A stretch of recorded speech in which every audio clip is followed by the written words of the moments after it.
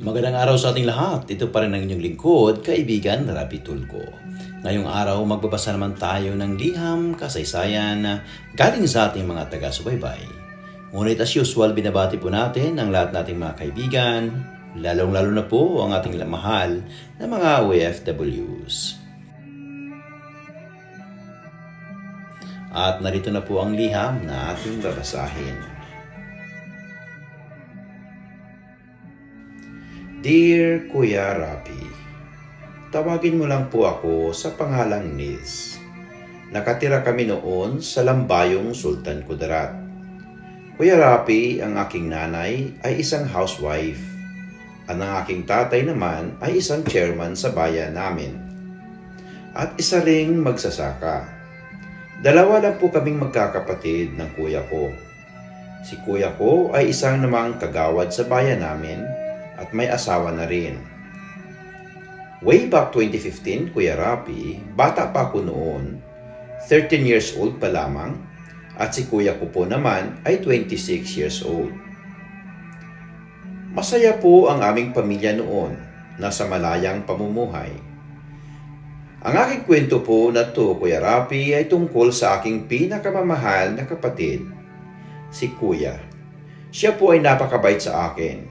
Kahit na may asawa na siya at anak, pinaparandam niya pa rin sa akin ang pagmamahal ng isang kuya.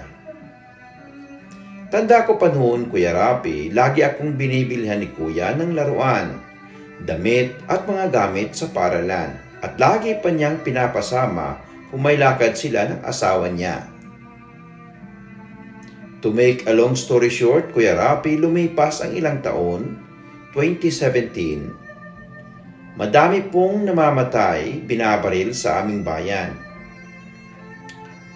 Halos 15 katao na po ang namatay noon, pati mga kagawad, Kuya Rapi. Nang lumaga na po ang pangyayaring iyon, ay pinag-ingat ni na tatay at nanay si kuya. Pinatira pansamantala sa Cotabato upang matiyak ang kanyang kaligtasan. At ang kanyang mga anak ay pinatira ni na tatay sa aming bahay. Hindi na pinasama sa Cotabato. Pero ilang months lang po yun, Kuya Rapi, ay umuwi din si kuya sa Lambayong. Dahil sabi niya sa kanyang sarili, wala naman siyang kasalanan para lumayo sa bayan na kanyang kinalakihan. Nang makauwi siya ay sobrang na-miss niya rin kami, pati ang kanyang naiwang anak at asawa. Pinagalitan siya ni tatay noon, Kuya Rapi, dahil umuwi siya nang walang pasabi. Ay wala naman daw siyang kasalanan upang magpakalayo, sabi ni kuya kay tatay. To make the long story short, Kuya Rapi, ilang araw noon ay niyaya kami ni kuya upang magbanding-banding. Nagsaya-saya kami noon, naligo sa Takurong, kumain sa Jollibee. Pagkatapos ng banding namin na yun, Kuya Rapi, ay hindi ko na nakita si kuya. At hindi din niya binisita si nanay at si tatay. Ilang araw noon na hindi siya pumunta ng bahay, kaya si nanay at tatay na lang ang bumisita doon. At ako naman ay hindi ko hilig lumabas ng bahay, kaya hindi ako pumunta kahit saan. Lumipas ang ilang araw noon, Kuya Rapi, pumunta ako ng school, at si kuya ay pumunta ng barangay hall, sakay ang kanyang anak na babae at anak niyang lalaki, at nadaanan niya akong naglalakad patungong school. Kaya pinasakay niya ako. Ang school namin at barangay hall ay magkalapit lang po, Kuya Rapi. Bumaba na kami ng anak niya at pumunta na ng room. Grade 6 kami noon. Ang anak naman niyang lalaki ay grade 4.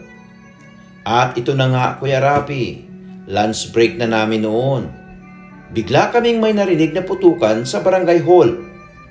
At may nakita kaming kotse na ang bilis ng takbo, pati motor na tila may humahabol sa kanila. Ilang segundo lang ay tumakbo ang isa sa mga teachers namin at sinabing, "Patay na si Kagawad." Narinig ko yun at sabi ko sa sarili ko, hindi yun si kuya. Nang narinig ko ang pangalan niya na sinasambit ng tao, bigla akong tumakbo sa room At sinabi sa anak niya na tara, pumunta tayo ng barangay hall. Sabi ng anak niya, bakit? Sabi ko naman ay narinig ko na sinabi ni teacher na binaril si kuya.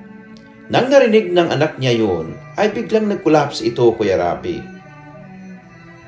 At ako naman ay hindi pa naniwala sa nangyari. Kaya sinabi ko sa isang teacher na tingnan muna nila ang pamangkin ko at pupunta ako ngayon sa barangay hall upang tingnan ko kung sino ang namatay. Nasa daan na ako, Kuya Rapi, malapit na sa barangay hall. Marami ng tao sa panahong to at nandun na rin ang mga pulis. At yun na nga, Kuya Rapi, nakisiksik ako upang makita ko kung sino nga iyon.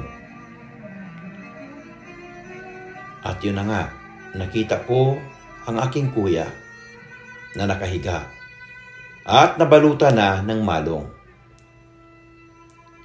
Di ako makaiyak noon dahil hindi pa rin ako makapaniwala. Hindi ako makagalaw sa nakita kong sitwasyon.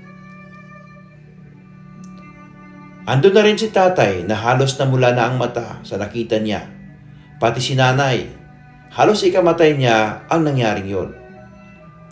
To make the long story short, Kuya Rapi, ilang araw noon ay nawala na ng saya ang aming buhay. Ilang araw noon, halos hindi ako makatulog. Ang dati kong matabang nanay noon ay pumayat dahil araw-araw na po siyang umiiyak at hindi na po siya kumakain dahil sa mga pangyayari. Si tatay ay nakapag-isip na umalis na lang kami sa aming bayan upang makalimot sa mga pangyayari. Lumipat kami sa Esperanza upang makalimot. Sinama na rin namin ang asawa at anak ng kapatid ko. Ang asawa ng aking kuya ay sobra ding pumayat kakaisip sa nangyari. Nang makalipat na kami sa Esperanza, Kuya Rapi, ay unti-unti na namin nakalimutan ang pangyayari. At si nanay, si ate, ang asawa ni kuya, ay nagsimula muli kahit nawala na ang aking the best na kuya. Hanggang dito na lamang po ang aking liham kasaysayan at maraming salamat sa pagbigay buhay. Ang iyong taga-subaybay, Niz. Niz, maraming salamat sa pagpadala ng liham kwento mo sa buhay dito. I'm very sorry sa iyong karanasan. It is very traumatic. At least ngayon, nakabupo na kayo at sana patuloy yung investigasyon or sana magkaroon kayo ng hustisya sa nangyari sa iyong kuya. Just be strong all the time at ingat palagi.